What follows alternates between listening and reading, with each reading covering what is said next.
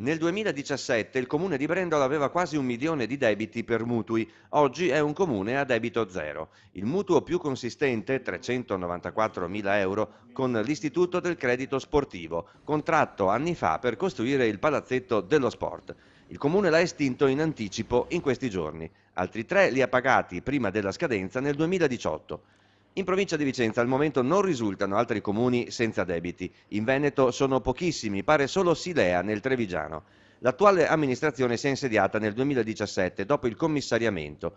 Con il primo avanzo di bilancio deliberò di estinguere in anticipo 3 mutui con la Cassa Depositi e Prestiti per circa 290.000 euro, con un risparmio annuo di 65.000 euro sulle rate. Il miracolo debiti zero è dovuto agli avanzi di amministrazione, che i comuni possono investire proprio nello spegnimento di prestiti bancari. In questa maniera quindi abbiamo liberato risorse delle tasse per servizi e recuperato risorse per la parte capitale. A questo poi se aggiungiamo anche la possibilità dello sblocco dell'avanzo in parte capitale dato dal governo, in questa maniera riusciamo veramente a creare un federalismo fiscale del nostro comune e a intervenire con le nostre risorse creando servizi e infrastrutture migliori per i nostri cittadini.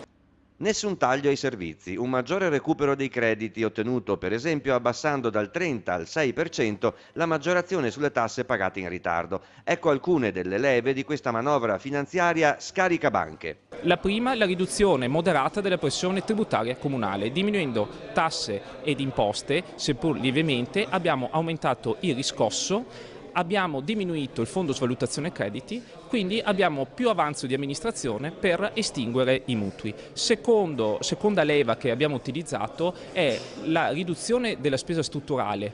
Poca spesa strutturale tipo le utenze eccetera l'abbiamo ridotta. Terzo elemento che è il più fondamentale è stato il lavoro di squadra, senza la quale non potevamo raggiungere un risultato come quello di oggi. Prima opera pubblica con fondi propri del comune, ci ha detto il sindaco, sarà il piano di manutenzione e asfaltatura delle strade comunali, a debito zero con le banche.